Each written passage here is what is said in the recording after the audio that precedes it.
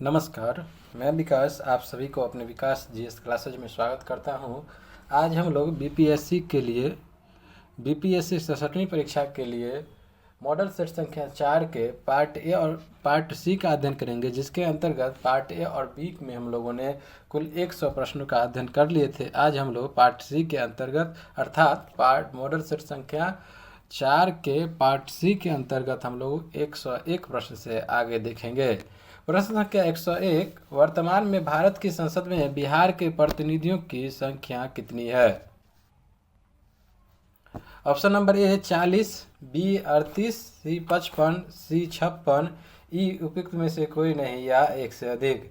इस प्रश्न का सही उत्तर होगा ऑप्शन नंबर सी 56। वर्तमान में भारत की संसद में बिहार के प्रतिनिधियों की कुल संख्या 56 है।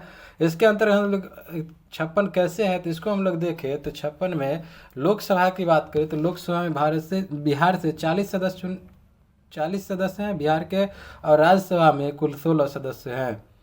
तो वर्तमान में भारत की संसद में बिहार के प्रतिनिधियों की कितनी संख्या है तो वह है 56, लोकसभा में 40 और राज्यसभा में 16। प्रश्न संख्या 102, भारत के महान्यायवादी के संबंध में गलत कथन का चयन करें। ऑप्शन नंबर ए नियुक्ति राष्ट्रपति करते हैं। ऑप्शन नंबर बी संविधान में पारिश्रमिक तय है। सी सुप्रीम कोर्ट में भारत सरकार का प्रतिनिधित्व करता है। डी देश का सर्वोच्च कानूनी अधिकार होता है। ई उपयुक्त में से कोई नहीं या एक से अधिक। इस प्रश्न का सही उत्तर होगा ऑप्शन नंबर बी संविधान में पारिश्रमिक तय है। यहाँ हम लोग भारत के महान्यायवादी अर्थात अटॉर्नी जनरल के बारे में जानकारी ले लें तो महान्यायवादी के संबंध में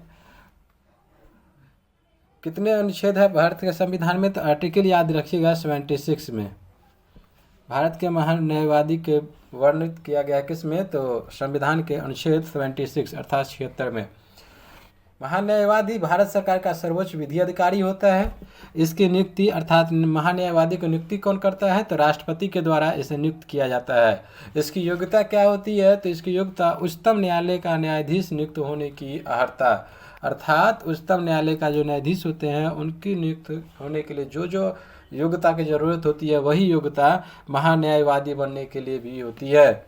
इसकी विशेषता की बात करें भारत की महान्यायवादी की विशेषता तो संसद के दोनों सत्रों की कार्यवाही में भाग लेना, और इसका कार्यकाल राष्ट्रपति के प्रसाद पर्यंत होता है। इसकी पारिश्रमिक की बात करें तो संविधान में तय नहीं किया गया है जो इसका कितना पारिश्रमिक होगा, अर्थात तय तो नहीं किया गया लेकिन राष्ट्रपति द्वारा इसका निर्धारित किया जाता है जो कि भारत के महान्यायवादी का वेतन कितना होगा।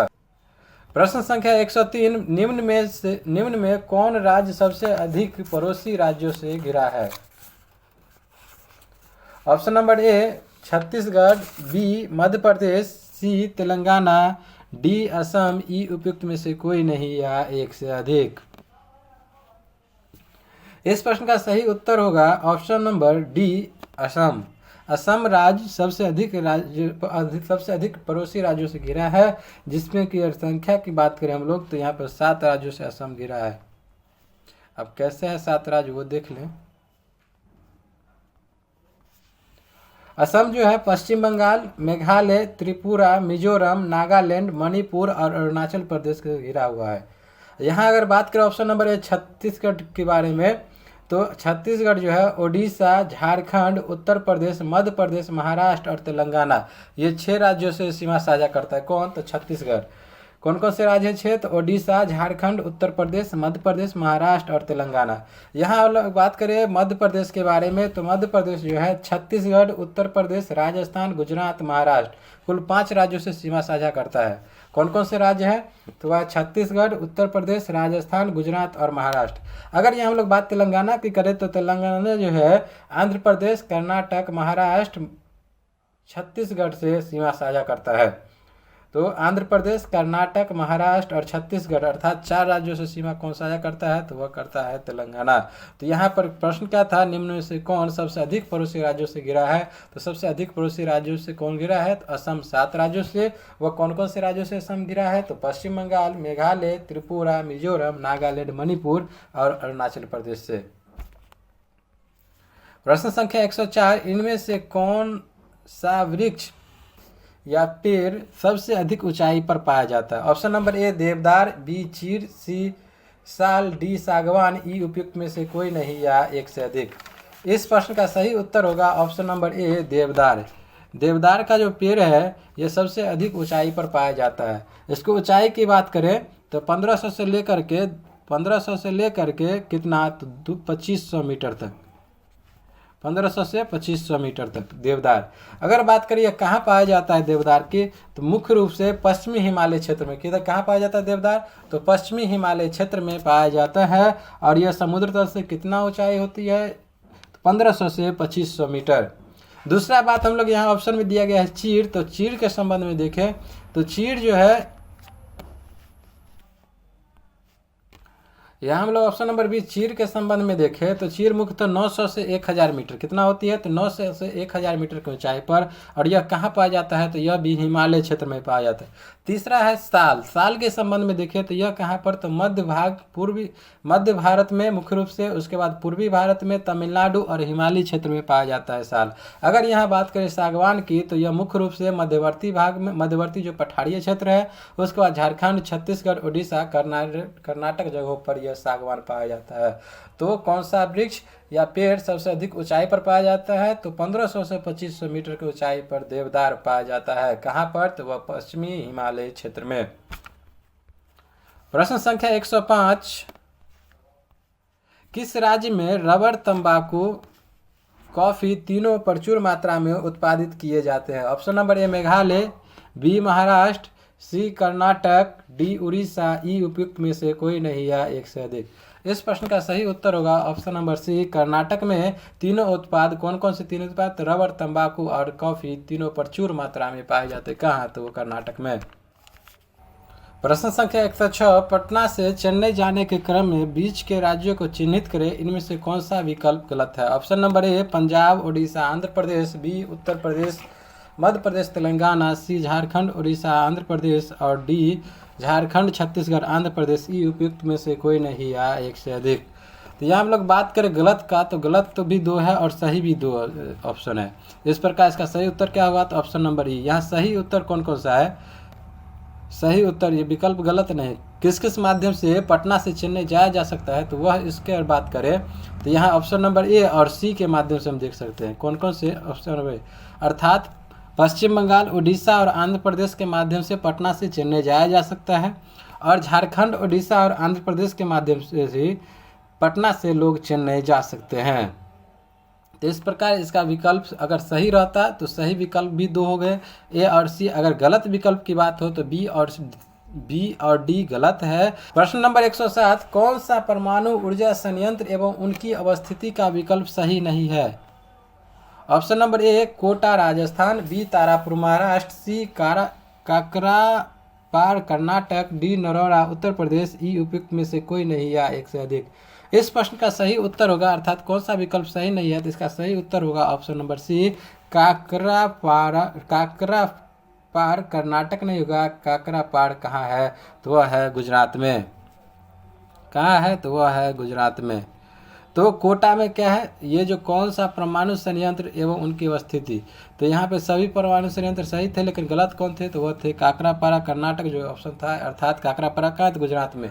कोटा राजस्थान, तारापुर महाराष्ट्र, नरोरा उत्तर प्रदेश और काकरापारा गुजरात में परमाणु ऊर्जा संयंत्र अवस्थित है। प्रश्न संख्या 108, इनमें से कौन सा बंदरगाह प्राकृतिक नहीं है? Option number A Kandla, B Chennai, C Mumbai, D Paradip, E उपयुक्त में से कोई नहीं या एक से अधिक। इस प्रश्न का सही उत्तर होगा option number B. Option number B अर्थात चेन्नई जो है यह एक कृत्रिम, कैसा है, तो यह एक कृत्रिम बंदरगाह है। यह सबसे बड़ा और सबसे पुराना भी कहा जाए, इंडिया में सबसे पुराना और सबसे बड़ा कृत्रिम बंदरगाह कौन है, तो वह है चेन्नई। और ये जो कांडला, मुंबई और पारादीप है, ये तीनों क्या है, तो ये तीनों प्राकृतिक बंदरगाह है। प्रश्न संख्या 109, कोलाइडी विलयनों का शुद्धिकरण निम्नलिखित में से किस विधि के द्वारा नहीं किया जा सकता? Option number A electrolysis, B dialysis, C अति सूक्ष्म क्षनन, डी इलेक्ट्रोलाइसिस, ई उपयुक्त में से कोई नहीं या एक से अधिक। इस प्रश्न का सही उत्तर होगा ऑप्शन नंबर डी इलेक्ट्रोलिसिस। कोलाइडी विलयनों का शुद्धिकरण निम्नलिखित में से किस विधि के द्वारा नहीं किया जाता है? तो इलेक्ट्रोलिसिस विधि के द्वारा कोलाइडी विलयन का शुद्धिकरण नहीं किया जाता है। तो शुद्धिकरण किस किस के द्वारा किया जाता है कोलाइडी विलयन का? तो इलेक्ट्रोडायलिसिस, डायलिसिस और अति सूक्ष्म छनन के द्वारा कोलाइडी विलयन का विलयनों का शुद्धिकरण किया जाता है। यहाँ हम लोग बात करें कोलाइडी विलयन का शुद्धिकरण क्या होता है, तो अशुद्धियों को आवश्यक सीमा तक कम करने के लिए प्रयुक्त प्रक्रम को कोलाइडी विलयन का शुद्धिकरण कहते हैं। प्रश्न संख्या 110, जंतु विज्ञान की वह शाखा जिसके अंतर्गत सरीसृपों का अध्ययन किया जाता है क्या कहलाता है? Option number A ornithology, B herpetology, C ichthyology, D conchology, E उपयुक्त में से कोई नहीं या एक से अधिक। इस प्रश्न का सही उत्तर होगा ऑप्शन नंबर बी हर्पिटोलॉजी। जंतु विज्ञान की वह शाखा जिसके अंतर्गत सरीसृपों का अध्ययन किया जाता है उसे हर्पिटोलॉजी कहते हैं। अगर यहाँ बात करें ऑर्निथोलॉजी की बात, तो ऑर्निथोलॉजी क्या होता है? तो पक्षियों का अध्ययन। पक्षियों का अध्ययन क्या होता है? तो वह होता है ऑर्निथोलॉजी। अगर यहाँ हम लोग बात करें इक्थियोलॉजी का, इक्थियोलॉजी क्या होता है? तो मछलियों का अध्ययन। मछलियों का अध्ययन क्या होता है? मछलियों का अध्ययन होता है इक्थियोलॉजी। और यहाँ बात करें कॉन्कोलॉजी की, तो मोलस्का का अध्ययन क्या होता है? मोलस्का का अध्ययन, मोलस्का का अध्ययन होता है कॉन्कोलॉजी। सरीसृपों का अध्ययन हर्पिटोलॉजी, पक्षियों का अध्ययन ऑर्निथोलॉजी, इक्थियोलॉजी क्या होता है? तो मछलियों का अध्ययन, और कॉन्कोलॉजी क्या होता है? तो मोलस्का का अध्ययन। प्रश्न संख्या 111, कोशिका में किसकी मात्रा 80% से अधिक होती है? प्रोटीन, चर्बी, खनिज, जल, ई उपयुक्त में से कोई नहीं या एक से अधिक। इस प्रश्न का सही उत्तर होगा ऑप्शन नंबर डी, कोशिका में 80% से अधिक क्या होती है? तो वह होती है जल। शरीर की सबसे छोटी इकाई क्या होती है? तो वह भी होती है कोशिकाएं। और असंख्य कोशिकाएं मिलकर क्या होती है? एक शरीर का निर्माण करती है। और मानव कोशिका की खोज सबसे पहले किसने किया था? तो मानव कोशिका की खोज सबसे पहले रॉबर्ट हुक ने कब किया था? तो 1665 में। कोशिका की खोज किसने किया सबसे पहले? तो वह किया था रॉबर्ट हुक ने। कब? तो 1665 में। तो कोशिका में किसकी मात्रा 80% से अधिक? तो वह होती है जल की मात्रा। प्रश्न संख्या 112, निम्न में से किसके द्वारा पेनिसिलिन का उत्पादन संभव है? ऑप्शन नंबर ए एक शैवाल से, बी एक बैक्टीरिया से, सी एक फफूंद से, डी कृत्रिम संश्लेषित विधि से, ई उपयुक्त में से कोई नहीं या एक से अधिक। इस प्रश्न का सही उत्तर होगा एक फफूंद से, अर्थात एक फफूंद के द्वारा पेनिसिलिन का उत्पादन संभव है। अर्थात पेनिसिलिन का उत्पादन कैसे किया जाता है? तो फफूंद के माध्यम से ही। अगर बात करें पेनिसिलिन का, पेनिसिलिन है क्या? तो पेनिसिलिन एक एंटीबायोटिक दवा है। और इसका कब खोज किया गया था? तो 1928 में। किसके द्वारा? अलेक्जेंडर फ्लेमिंग के द्वारा। किसने खोजा था पेनिसिलिन को? तो अलेक्जेंडर फ्लेमिंग ने। प्रश्न संख्या 113, पौधे के किस भाग से केसर प्राप्त किया जाता है? संपूर्ण भाग से, वर्तिकाग्र व वर्तिका से, सी तने से, डी पत्तों से, ई उपयुक्त में से कोई नहीं या एक से अधिक। इस प्रश्न का सही उत्तर होगा ऑप्शन नंबर बी वर्तिका व वर्तिकाग्र से। पौधे के किस भाग से केसर प्राप्त किया जाता है? तो पौधे के वर्तिकाग्र व वर्तिका से केसर प्राप्त किया जाता है।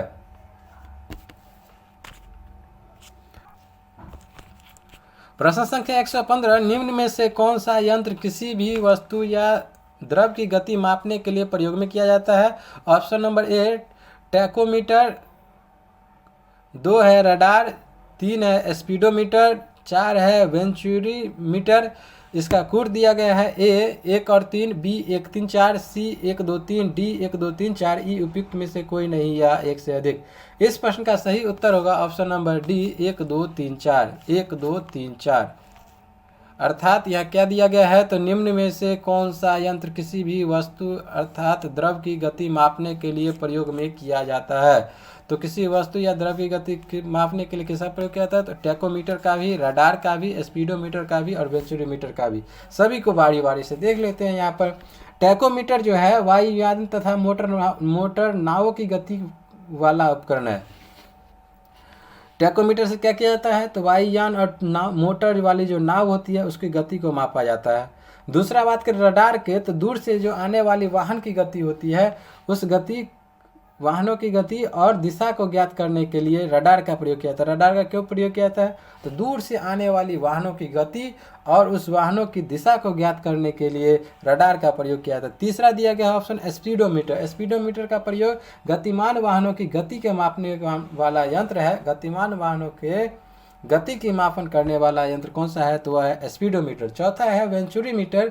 वेंचुरीमीटर की बात करें तो किसी द्रव के प्रवाह की गति को मापने वाला उपकरण कौन सा है, तो वह है वेंचुरीमीटर। किसी द्रव के प्रवाह की गति को मापने वाला उपकरण कौन है, तो वह है वेंचुरीमीटर। तो इस प्रकार यहाँ जितना ऑप्शन था सभी है किसी वस्तु और द्रव की गति को मापने के लिए। कौन कौन से है, तो टैकोमीटर, रडार, स्पीडोमीटर और वेंचुरीमीटर।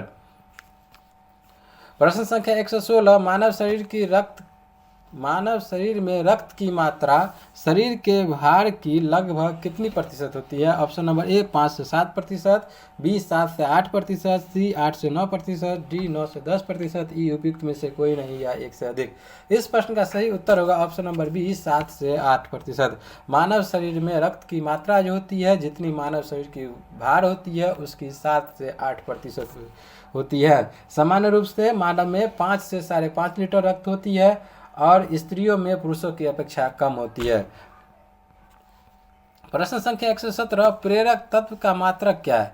ओम, इंडक्टिव रिएक्टेंस, सी दिया गया इंडक्टर, डी हेनरी, ई उपयुक्त में से कोई नहीं या एक से अधिक।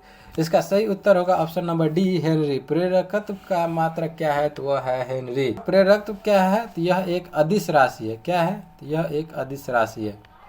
प्रश्न संख्या 118, गैस से ठोस में बदलना क्या कहलाता है। ऑप्शन नंबर ए गलन, बी ऊर्ध्वपातन, सी पिंडन, डी द्रवण। इस प्रश्न का सही उत्तर होगा ऑप्शन नंबर डी द्रवण। गैस से ठोस में बदलना क्या कहलाता है, तो वह द्रवण कहलाता है। अगर यहाँ बात करें गलन की, गलन क्या होता है, तो गलन होता है क्या, तो ठोस से द्रव में बदलना। कोई पदार्थ ठोस है अगर वह द्रव में बदल गया तो उसे क्या कहेंगे, तो उसे गलन कहते हैं। अगर बात करें ऊर्ध्वपातन की, तो ठोस से गैस में, कोई पदार्थ ठोस है अगर वह डायरेक्ट गैस में बदल जाए अर्थात ठोस से गैस में बदल जाए उसे क्या कहेंगे, ऊर्ध्वपातन। अगर यहाँ बात करें पिंडन का, तो द्रव से ठोस में बदलना पिंडन क्या कहलाती है, पिंडन। तो द्रव से ठोस में बदलना पिंडन कहलाता है। वहीं द्रव से गैस में बदलना वाष्पन कहलाता है। तो यहाँ हम लोगों ने क्या क्या देखा, ठोस से गैस से ठोस में बदला तो वह हो गया द्रवण। अगर गलन की बात करें तो ठोस से द्रव बन गया तो वह होगी गलन। अगर बात करें ऊर्ध्वपातन की, तो ठोस से गैस में बदल गया तो वह हो गया ऊर्ध्वपातन। अगर यहाँ बात करें पिंडन की, तो द्रव अवस्था से ठोस अवस्था में बदलना पिंडन। अगर बात करें यहाँ वाष्पन की, तो द्रव से गैस में बदलना हो गई वाष्पन। प्रश्न संख्या 119, साधारण कांच निम्नलिखित में से किसका मिश्रण होता है। Option number A silica, B sodium silicate, C calcium silicate, D iron, E उपयुक्त में से कोई नहीं या एक से अधिक। इस प्रश्न का सही उत्तर होगा ऑप्शन नंबर ई उपयुक्त में से कोई नहीं या एक से अधिक। साधारण कांच में किस किस का मिश्रण होता है, तो सिलिका का मिश्रण होता है, सोडियम सिलिकेट का ही मिश्रण होता है, और किसका मिश्रण होता है, तो वह होता है कैल्शियम सिलिकेट का मिश्रण। तो इसलिए इसका सही उत्तर क्या होगा, ऑप्शन नंबर ई। तो साधारण कांच किस किस से मिलकर बनता है, तो सिलिका, सोडियम सिलिकेट और कैल्शियम सिलिकेट को मिला करके साधारण कांच का निर्माण किया जाता है। प्रश्न संख्या 120, निम्नलिखित में से सर्वाधिक विद्युत धनात्मक कौन सा है। Option number A fluorine, B caesium, C francium, D osmium, E उपयुक्त में से कोई नहीं या एक से अधिक। इस प्रश्न का सही उत्तर होगा ऑप्शन नंबर सी फ्रेंसियम। सर्वाधिक विद्युत धनात्मक तत्व है फ्रेंसियम। कौन है, तो वह है फ्रेंसियम। अगर बात यहाँ पर करें सर्वाधिक विद्युत ऋणात्मक कौन है, तो वह है फ्लोरीन। फ्लोरीन क्या है, तो वह है सर्वाधिक विद्युत ऋणात्मक तत्व, और सर्वाधिक विद्युत धनात्मक तत्व कौन है, तो वह है फ्रेंसियम, और ऋणात्मक फ्लोरीन। प्रश्न संख्या 121, प्रकाश के क्वांटम सिद्धांत का प्रतिपादन किसने किया। आइंस्टीन ने, न्यूटन ने, पास्कल ने, रिटर ने, ई उपयुक्त में से कोई नहीं या एक से अधिक। इस प्रश्न का सही उत्तर होगा ऑप्शन नंबर ए आइंस्टीन ने। प्रकाश के क्वांटम सिद्धांत का प्रतिपादन आइंस्टीन ने किया था। प्रश्न संख्या 122, निकेल कैडमियम बैटरी का प्रयोग निम्नलिखित में से किसमें होता है? कैलकुलेटर में, ट्रांजिस्टर में, कार्डलेस इलेक्ट्रॉनिक उपकरण में, मोबाइल फोन में, ई उपयुक्त में से कोई नहीं या एक से अधिक। इस प्रश्न का सही उत्तर होगा ऑप्शन नंबर ई, अर्थात यहाँ पे जितना ऑप्शन दिया गया है सभी में निकेल कैडमियम बैटरी का प्रयोग किया जाता है। तो निकेल कैडमियम बैटरी का प्रयोग किस किस में किया जाता है? तो कैलकुलेटर में, ट्रांजिस्टर में, कार्डलेस इलेक्ट्रॉनिक उपकरण में और मोबाइल फोन में निकेल कैडमियम बैटरी का प्रयोग किया जाता है। यह जो बैटरी होती है निकेल कैडमियम बैटरी, यह एक प्रकार के रिचार्जेबल बैटरी होती है। प्रश्न संख्या 123, किसी विलयन में उपस्थित हाइड्रोजन आयन की सांद्रता ज्ञात करने के लिए कौन सा स्केल का उपयोग किया जाता है? Option number A RH scale, B TH scale, C MH scale, D pH scale. इसके लिए किसका प्रयोग किया जाता है? किसी विलयन में उपस्थित हाइड्रोजन आयन, किसके हाइड्रोजन आयन की सांद्रता ज्ञात करने के लिए pH स्केल का प्रयोग किया जाता है। 0 से 7 और 7 से 14। अगर नेट 7 है तो वह होगी उदासीन विलयन, अगर 7 से कम है तो वह होती है अम्लीय विलयन, अगर 7 से 14 तक है तो वह होती है क्षारीय विलयन। प्रश्न संख्या 124, किसी तत्व को पीटकर पतली चादर बनाया गया है, वह तत्व होगा धातु, अधातु, उपधातु, डी धातु एवं अधातु और अधातु, ई उपयुक्त में से कोई नहीं या एक से अधिक। इसका सही उत्तर होगा ऑप्शन नंबर ए धातु। किसी तत्व को पीटकर पतली चादर के रूप में बनाया गया है तो वह होगा क्या? तो वह होगी धातु। और इस गुणधर्म को क्या कहते हैं? अर्थात किसी तत्व को पीटकर जो पतली चादर के रूप में बनाया जाता है, यह जो गुण होता है तो इस गुण को क्या कहा जाता है? तो इस गुण को कहा जाता है आघात वर्धिता। क्या कहा जाता है? आघात वर्धिता। इसका उपयुक्त सबसे बेस्ट एग्जाम्पल क्या होता है? सोना और चांदी सबसे आघात वर्ध होती है, अर्थात सोना और चांदी को पतला से पतला चादर के रूप में परिवर्तित किया जा सकता है। प्रश्न संख्या 125, किसी प्रोटॉन का निम्नलिखित में से कौन सा गुण किसी चुंबकीय क्षेत्र में मुक्त गति करते समय परिवर्तित हो जाता है? ऑप्शन नंबर ए द्रव्यमान, बी चाल, सी वेग, डी संवेग, ई उपयुक्त में से कोई नहीं या एक से अधिक। इस प्रश्न का सही उत्तर होगा ऑप्शन नंबर ई वेग और संवेग होगा। इसका वेग और संवेग एक से अधिक सही है, अर्थात किसी प्रोटॉन का निम्नलिखित में से कौन सा गुण? तो किसी भी प्रोटॉन का वेग और संवेग जो गुण होता है किसी चुंबकीय क्षेत्र में मुक्त गति करते समय परिवर्तित हो जाता है। कौन? तो वेग और संवेग। क्योंकि चुंबकीय क्षेत्र में प्रोटॉन की गति की दिशा के अभिलंबित दिशा में बल लगता है, इसीलिए वेग और संवेग में परिवर्तित हो जाता है। क्योंकि प्रोटॉन की गति की दिशा के क्या होती है? अभिलंबित दिशा में बल लगता है। प्रश्न नंबर 126, जब हम रबर के गद्दे वाली सीट पर बैठते हैं अथवा जब गद्दे पर लेटते हैं तो उसका आकार परिवर्तित होता है, ऐसे पदार्थ में पाया जाता है। ऑप्शन नंबर ए गतिज ऊर्जा, बी स्थितिज ऊर्जा, सी संचित ऊर्जा, डी विखंडित ऊर्जा, ई उपयुक्त में से कोई नहीं या एक से अधिक। इस प्रश्न का सही उत्तर होगा ऑप्शन नंबर बी स्थितिज ऊर्जा। जब हम रबर के गद्दी वाले सीट पर बैठते हैं अथवा जब गद्दे पर लेटते हैं तो उसका आकार क्या होती है? परिवर्तित होता है। तो ऐसे पदार्थों में कौन सा गुण पाया जाता है? तो वह पाया जाता है स्थितिज ऊर्जा। यह हम लोग बात करें गतिज ऊर्जा और स्थितिज ऊर्जा होता क्या है? तो गति में परिवर्तन से उत्पन्न जो ऊर्जा होती है उसे गतिज ऊर्जा कहते हैं। किसे कहते हैं गतिज ऊर्जा? तो गति में परिवर्तन से उत्पन्न ऊर्जा गतिज ऊर्जा कहलाती है। और स्थिति से आकार में परिवर्तन क्या कहलाती है? स्थिति से आकार में परिवर्तन से जो उत्पन्न ऊर्जा होती है उसे स्थितिज ऊर्जा कहते हैं। प्रश्न संख्या 127, ध्वनि तरंग गति करती है। ऑप्शन नंबर ए लंबवत, बी वियक, सी कभी कभी लंबवत कभी कभी वियक, डी आंशिक लंबवत आंशिक वियक, ई उपयुक्त में से कोई नहीं या एक से अधिक। इस प्रश्न का सही उत्तर होगा ध्वनि तरंग गति करती है लंबवत। ध्वनि तरंग कैसी गति करती है? तो वह लंबवत गति करती है। एक लड़की झूले पर बैठे स्थिति में झूला झूल रही है, उस लड़की के खड़े हो जाने पर दोलन का आवर्तकाल कितना होगा? कम हो जाएगा, बी अधिक हो जाएगा, सी लड़की की ऊंचाई पर निर्भर करेगा, डी अपरिवर्तित रहेगा, ई उपयुक्त में से कोई नहीं या एक से अधिक। इसका सही उत्तर होगा ऑप्शन नंबर ए कम हो जाएगा, क्योंकि खड़े होने पर उसका गुरुत्व केंद्र ऊपर उठ जाएगा और बिंदु से दूरी कम हो जाएगी, जिससे दोलन का आवर्तन काल कम हो जाएगा।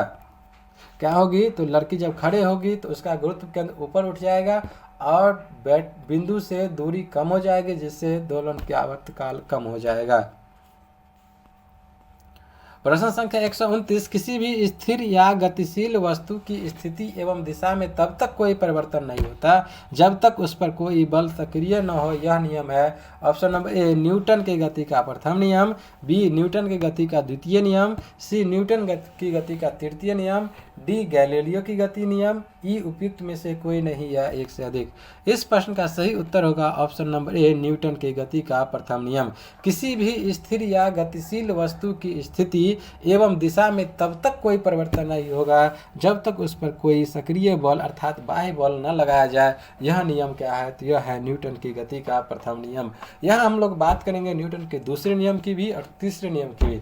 न्यूटन के दूसरी नियम क्या होती है, संवेग परिवर्तन की दर उस पर लगाए गए बल के समानुपाती होती है। संवेग परिवर्तन की जो दर होती है उस पर लगाए गए बल के समानुपाती होता है, और यह न्यूटन की गति का कौन सा नियम है, तो यह द्वितीय नियम है। तृतीय नियम क्या होती है, तो क्रिया एवं प्रतिक्रिया संबंधित घटना क्या होती है, तो वह न्यूटन की तृतीय नियम होती है। संख्या 130, डायोड एवं ट्रांजिस्टर में टर्मिनल अर्थात छोर होते हैं क्रमशः 3 एवं 2।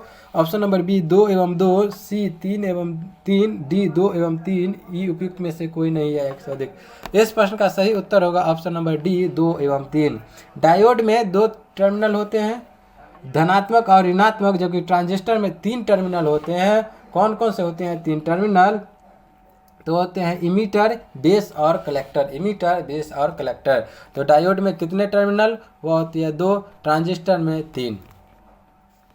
प्रश्न संख्या 131, उत्प्लावनता किस पर निर्भर करती है। ऑप्शन नंबर ए गहराई जहां पर कोई पिंड डुबोया जाता है, बी पिंड के आकार पर, सी पिंड के द्रव्यमान पर, डी विस्थापित द्रव के द्रव्यमान पर, ई उपयुक्त में से कोई नहीं या एक से अधिक। इस प्रश्न का सही उत्तर होगा ऑप्शन नंबर डी विस्थापित द्रव के द्रव्यमान पर उत्प्लावनता निर्भर करती है। उत्प्लावनता जो होती है वह हमेशा द्रव में ऊपर की ओर लगता है, यह विस्थापित द्रव के द्रव्यमान पर निर्भर करता है। प्रश्न नंबर 132, भाप अंगार गैस अर्थात वाटर गैस किसका मिश्रण है। ऑप्शन नंबर ए भाप का, बी CO2 एवं भाप, सी CO और H2, डी CO2 और H2, ई उपयुक्त में से कोई नहीं या एक से अधिक। इस प्रश्न का सही उत्तर होगा option number C. Option number C CO अर्थात कार्बन मोनोऑक्साइड और हाइड्रोजन। भाप अंगार या वाटर गैस किसका मिश्रण है, तो CO और H2। प्रश्न संख्या 133, ओवरी अर्थात अंडाशय से हार्मोन स्रावित होते हैं। ऑप्शन नंबर ए एस्ट्रोजन एवं प्रोजेस्टेरॉन, बी प्रोजेस्टेरॉन एवं रिलैक्सिन, सी रिलैक्सिन एवं टेस्टोस्टेरॉन, डी टेस्टोस्टेरॉन एवं एस्ट्रोजन, ई उपयुक्त में से कोई नहीं या एक से अधिक। इस प्रश्न का सही उत्तर होगा उपयुक्त में से कोई नहीं या एक से अधिक। ओवरी अर्थात अंडाशय से कौन सा हार्मोन निकलता है, तो वह निकलता है एस्ट्रोमिन, प्रोजेस्टेरॉन एवं रिलैक्सिन। कौन कौन से निकलता है, तो याद रखिएगा ओवरी से अर्थात फीमेल से कौन कौन से हार्मोन स्रावित होती है, तो एस्ट्रोमिन, प्रोजेस्टेरॉन एवं रिलैक्सिन। और वहीं बात करें वृषण द्वारा अर्थात मेल हार्मोन कौन है, तो वह है टेस्टोस्टेरॉन। प्रश्न संख्या 134, निम्नलिखित में ऐसे प्राणी की पहचान कीजिए जिसमें रक्त नहीं होता किंतु वह श्वसन करता है। ऑप्शन नंबर ए मछली, बी तिलचट्टा, सी केचुआ, डी हाइड्रा, ई उपयुक्त में से कोई नहीं या एक से अधिक। इस प्रश्न का सही उत्तर होगा option number D hydra. Hydra एक ऐसा प्राणी है जिसमें रक्त नहीं होता है लेकिन वह श्वसन करता है। हाइड्रा में क्या है, जो कि रक्त नहीं होता है लेकिन वह श्वसन करता है। प्रश्न संख्या 135, माध्यम में ध्वनि का वेग सही क्रम है बढ़ते क्रम में। ऑप्शन नंबर ए CO2 जलवाष्प एल्युमिनियम और आयरन, बी जलवाष्प आयरन एल्युमिनियम और CO2, सी CO2 जलवाष्प आयरन और एल्युमिनियम, डी जलवाष्प CO2 आयरन और एल्युमिनियम, ई उपयुक्त में से कोई नहीं या एक से अधिक। इस प्रश्न का सही उत्तर होगा ऑप्शन नंबर सी CO2 जलवाष्प आयरन और एल्युमिनियम। माध्यम में किस माध्यम में, तो ध्वनि का वेग सही है तो वह CO2 जलवाष्प आयरन और एल्युमिनियम में, क्योंकि ध्वनि का वेग जो होती है हवा में कितना होता है, हवा में होती है 332 मीटर प्रति सेकंड। CO2 में होता है 260 मीटर प्रति सेकंड। जलवाष्प में कितना होता है, तो वह जलवाष्प में होता है, यहाँ पे देखें जलवाष्प में तो 405 मीटर प्रति सेकंड। आयरन की बात करें तो आयरन में होता है 5130 मीटर प्रति सेकंड और एल्युमिनियम में होता है 6420 मीटर प्रति सेकंड। तो ध्वनि का वेग कितना होता है हवा में होता है ध्वनि का वेग 332 मीटर प्रति सेकंड। CO2 में होता है 260 मीटर प्रति सेकंड। जलवाष्प में होता है 405 मीटर प्रति सेकंड। आयरन में होता है 5130 मीटर प्रति सेकंड और सबसे ज़्यादा किस में होता है, तो सबसे ज़्यादा होता है एल्युमिनियम में 6420 मीटर प्रति सेकंड। प्रश्न नंबर 136, मानव आंखें किस तरंगदैर्घ्य की प्रकाश में सहूलियत अनुभव करता है? सहूलियत अनुभव करता है किस तरंगदैर्घ्य? Option number A 60-150 angstrom, B 5500 angstrom, C 4500 angstrom, D 7500 angstrom, E उपयुक्त में से कोई नहीं या एक से अधिक। इस प्रश्न का सही उत्तर होगा ऑप्शन नंबर बी 5500 एंगस्ट्रम। मानव जो आंख होती है वो किस रंग का बात करें तो वह पीला और हरा, पीला हरित जो रंग होता है उसे आराम से देख सकता है, आराम से देखता है। किसको? पीला हरित जो होती है रंग, उसे मानव आंख आराम से देखता है। और इस रंग का तरंगदैर्घ्य कितना होता है, तो 5500 एंगस्ट्रम। प्रश्न संख्या 57, पूर्ण आंतरिक परावर्तन कब होता है? जब प्रकाश गमन करता है। ऑप्शन नंबर ए डायमंड से कांच में, बी जल से कांच में, सी हवा से जल में, डी हवा से कांच में, ई उपयुक्त में से कोई नहीं या एक से अधिक। इस प्रश्न का सही उत्तर होगा ऑप्शन नंबर ए डायमंड से कांच में। पूर्ण आंतरिक परिवर्तन कब होता है, तो पूर्ण आंतरिक परिवर्तन जब डायमंड से कांच में जाती है प्रकाश, तब होता है पूर्ण आंतरिक परिवर्तन। जब प्रकाश की किरणें सघन माध्यम से विरल माध्यम में जाती है तब पूर्ण आंतरिक परिवर्तन होती है। तब जब कब होती है, तो जब सघन माध्यम से विरल माध्यम में जाती है। इसके लिए क्या होती है, तो आपतन कोण का मान क्रांतिक कोण पर अधिक होना चाहिए। इसके लिए क्या होती है, तो आपतन कोण का मान क्रांतिक कोण से अधिक होना चाहिए। तो पूर्ण आंतरिक परिवर्तन कब होगा, जब प्रकाश गमन करता है डायमंड से कांच में, अर्थात जब प्रकाश की किरणें सघन माध्यम से विरल माध्यम में प्रवेश करती है तो पूर्ण आंतरिक परिवर्तन होता है। इसके लिए आपतन कोण का मान क्रांतिक कोण से अधिक होना चाहिए।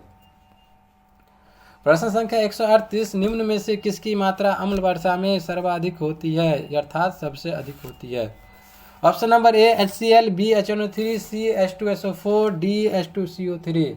इस प्रश्न का सही उत्तर होगा ऑप्शन नंबर सी H2SO4, अर्थात सल्फ्यूरिक अम्ल की मात्रा अम्ल वर्षा में कितना होती है, तो वह होती है 65%। H2SO4 सल्फ्यूरिक अम्ल कितना होता है, तो वह होती है 65%। वही बात करें हम लोग यहाँ पर HCl की, तो हाइड्रोक्लोरिक अम्ल कितना होता है, तो वह होता है 20%। 20% होता है HCl हाइड्रोक्लोरिक अम्ल। और यहाँ बात करें हम लोग HNO3 का, तो HNO3 कितना होता है, अर्थात नाइट्रिक अम्ल, तो वह होता है 30%। तो अम्ल वर्षा में HCl अर्थात हाइड्रोक्लोरिक अम्ल कितना होता है, तो वह होता है 20%। बात करें HNO3 तो नाइट्रिक अम्ल HNO3 तो वह होता है 30%। अगर बात करें यहाँ पर H2SO4 सल्फ्यूरिक अम्ल तो वह होता है 65%। तो अम्ल वर्षा में कौन कौन से अम्ल होते हैं, तो वह होती है सल्फ्यूरिक अम्ल H2SO4, नाइट्रिक अम्ल HNO3 और होती है हाइड्रोक्लोरिक अम्ल HCl। सबसे अधिक किसका होता है, H2SO4 सल्फ्यूरिक अम्ल 65%। प्रश्न संख्या 139, निम्न में से कौन सा कथन सत्य है? कथन दिया गया है ए विटामिन का आविष्कार फंक ने किया विटामिन का आविष्कार। बी दिया है पोलियो वैक्सीन का विकास 1952 ईस्वी में जोनास सॉल्क तथा 1962 ईस्वी में अल्बर्ट साबिन द्वारा किया गया। सी है चेचक से शरीर का संपूर्ण अंग प्रभावित होता है। डी है हर्पिज से प्रभावित अंग मस्तिष्क होता है। ई उपयुक्त में से कोई नहीं या एक से अधिक।